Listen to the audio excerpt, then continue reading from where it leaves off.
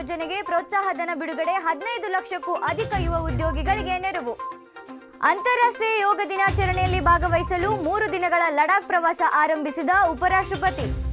ವಿಜಯಪುರ ಯಶವಂತಪುರ ನೇರ ವಿಶೇಷ ರೈಲು ಪ್ರಯಾಣ ಆಗಸ್ಟ್ 31ರವರೆಗೆ ವಿಸ್ತರಣೆ. ನೇರ ರೈಲು ಸೇವೆಯನ್ನ ಶಾಶ್ವತಗೊಳಿಸುವಂತೆ ಪ್ರಯಾಣಿಕರ ಮನವಿ. ಓಟಿಟಿಗೆ ಕಾಲಿಟ್ಟ ಸೂಪರ್ ಹಿಟ್ ಸಿನಿಮಾ ದೃಶ್ಯಂ 3 ನಿನ್ನೆಯಿಂದ ಅಮೆಜಾನ್ ಪ್ರೈಮ್ನಲ್ಲಿ ಭರ್ಜರಿ ಪ್ರದರ್ಶನ. ನಮಸ್ಕಾರ ವೀಕ್ಷಕರೇ, ಅಕ್ಕ ಟಿವಿಗೆ ಸ್ವಾಗತ. ನಾನು ಜ್ಯೋತಿ ಎಸ್. ದೇಶದ ಯುವ ಜನತೆಗೆ ಉದ್ಯೋಗ ಅವಕಾಶ ಹೆಚ್ಚಿಸುವ ಮತ್ತು ಆರ್ಥಿಕ ನೆರವು ನೀಡುವ ನಿಟ್ಟಿನಲ್ಲಿ ಕೇಂದ್ರ ಸರ್ಕಾರ ಇಂದು ಮಹತ್ತರ ಹೆಜ್ಜೆ ಇಟ್ಟಿದೆ. ಪ್ರಧಾನಮಂತ್ರಿ ನರೇಂದ್ರ ಮೋದಿ ಅವರು ಇಂದು ನವದೆಹಲಿಯಲ್ಲಿ ಆಯೋಜಿಸಲಾದ ಬೃಹತ್ ಕಾರ್ಯಕ್ರಮದಲ್ಲಿ ಪ್ರಧಾನಮಂತ್ರಿ ವಿಕಸಿತ್ ಭಾರತ್ ರೋಜ್ಗಾರ್ ಯೋಜನೆ ಅಡಿಯಲ್ಲಿ 2400 ಕೋಟಿ ರೂಪಾಯಿ ಮೌಲ್ಯದ ಪ್ರೋತ್ಸಾಹ ಧನವನ್ನು ಬಿಡುಗಡೆ ಮಾಡಿದರು. ದೇಶಾದ್ಯಂತ ಇರುವ 15 ಲಕ್ಷಕ್ಕೂ ಅಧಿಕ ಯುವ ಉದ್ಯೋಗಿಗಳಿಗೆ ಮತ್ತು ಫಲಾನುಭವಿಗಳು ಇಂದು ಈ ಯೋಜನೆಯ ನೇರ ಪ್ರಯೋಜನವನ್ನು ಪಡೆಯಲಿದ್ದಾರೆ. ಅಂತಾರಾಷ್ಟ್ರೀಯ ಯೋಗ ದಿನಾಚರಣೆಯಲ್ಲಿ ಭಾಗವಹಿಸಲು ಉಪರಾಷ್ಟ್ರಪತಿ ಸಿಪಿ ರಾಧಾಕೃಷ್ಣನ್ ಅವರು 3 ದಿನಗಳ ಲಡಾಖ್ ಪ್ರವಾಸ ಕೈಗೊಂಡಿದ್ದಾರೆ. ಜೂನ್ 21ರವರೆಗೆ ನಡೆಯಲಿರುವ ಈ ಭೇಟಿಯಲ್ಲಿ ಅವರು ಲುಂಕುಂಗ್ ಗ್ರಾಮಕ್ಕೆ ಭೇಟಿ ನೀಡಿ ಸ್ಥಳೀಯ ಸ್ವಸಹಾಯ ಗುಂಪುಗಳೊಂದಿಗೆ ಸಂವಾದ ನಡೆಸಲಿದ್ದಾರೆ. ಅವರು ಪ್ರವಾಸದ ವೇಳೆ ಯುದ್ಧ ಸ್ಮಾರಕಕ್ಕೆ ಭೇಟಿ ನೀಡಿ ಹುತಾತ್ಮ ಯೋಧರಿಗೆ ಗೌರವ ನಮನ ಸಲ್ಲಿಸಲಿದ್ದಾರೆ.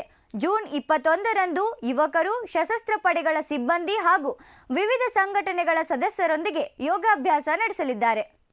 ವಿಜಯಪುರ ಯಶವಂತಪುರ ನಡುವೆ ಕೆಲ ದಿನಗಳ ಹಿಂದೆ ಘೋಷಿಸಿದ್ದ ವಿಶೇಷ ಎಕ್ಸ್ಪ್ರೆಸ್ ರೈಲು ಸೇವೆಯನ್ನ ಆಗಸ್ಟ್ 31ರವರೆಗೆ ವಿಸ್ತರಿಸಲಾಗಿದೆ ಎಂದು ಸಚಿವ ಎಂಬಿ ಪಾಟೀಲ್ ತಿಳಿಸಿದ್ದಾರೆ. ಮೊದಲು ಜೂನ್ 29ರವರೆಗೆ ಮಾತ್ರ ನಿಗದಿಯಾಗಿದ್ದ ಈ ಸೇವೆಯನ್ನ ಪ್ರಯಾಣಿಕರ ಹೆಚ್ಚುತ್ತಿರುವ ಬೇಡಿಕೆಯನ್ನ ಗಮನಿಸಿ ಮುಂದುವರಿಸಲಾಗಿದೆ. ವಾರಕ್ಕೊಮ್ಮೆ ಮಾತ್ರ ಸಂಚರಿಸುತ್ತಿದ್ದ ಈ ರೈಲು ಸದ್ಯ ವಾರದಲ್ಲಿ 2 ದಿನಗಳಿಗೆ ವಿಸ್ತರಿಸಲಾಗಿದೆ. ಇದರಿಂದ ಉತ್ತರ ಕರ್ನಾಟಕ ಭಾಗದ ಪ್ರಯಾಣಿಕರಿಗೆ ಹೆಚ್ಚಿನ ಅನುಕೂಲವಾಗಿದ್ದು ಈ ಸೇವೆಯನ್ನ ಶಾಶ್ವತಗೊಳಿಸುವಂತೆ ಪ್ರಯಾಣಿಕರು ಮನವಿ ಮಾಡಿದ್ದಾರೆ. ಭಾರತ ಮಹಿಳಾ ಕ್ರಿಕೆಟ್ ತಂಡದ ಆಲ್ರೌಂಡರ್ ಶ್ರೇಯಾಂಕ ಪಾಟೀಲ್ ಅವರು ನೆದರ್ಲ್ಯಾಂಡ್ಸ್ ವಿರುದ್ಧದ ಟಿ20 ಪಂದ್ಯದಲ್ಲಿ ಗಾಯಗೊಂಡ ಪರಿಣಾಮ ಹಲವು ಪಂದ್ಯಗಳಿಂದ ಹೊರಗುಳಿಯಲಿದ್ದಾರೆ ಎಂದು ಹೇಳಲಾಗುತ್ತಿದೆ. ಕಳೆದ ಪಂದ್ಯದಲ್ಲಿ ಚೆಂಡನ್ನು ತಡೆಯುವ ವೇಳೆ ಗಾಯಗೊಂಡ ಅವರು ಸದ್ಯ ಚಿಕಿತ್ಸೆ ಪಡೆಯುತ್ತಿದ್ದಾರೆ.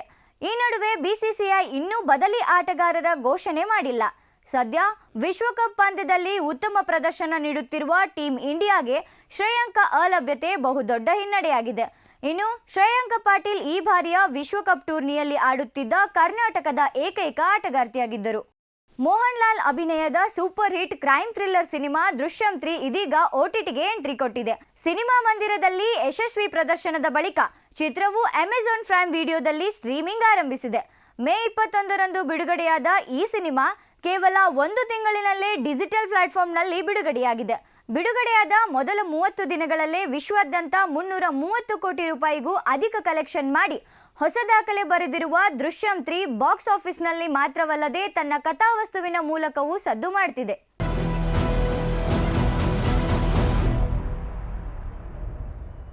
ಇವಿಷ್ಟು ಈ ಕ್ಷಣದ ಸುದ್ದಿಗಳು. ಸುದ್ದಿ ಹಾಗೂ ಮನರಂಜನೆಗೆ ಸಬ್ಸ್ಕ್ರೈಬ್ ಮಾಡಿ ಅಕ್ಕ ಟಿವಿ.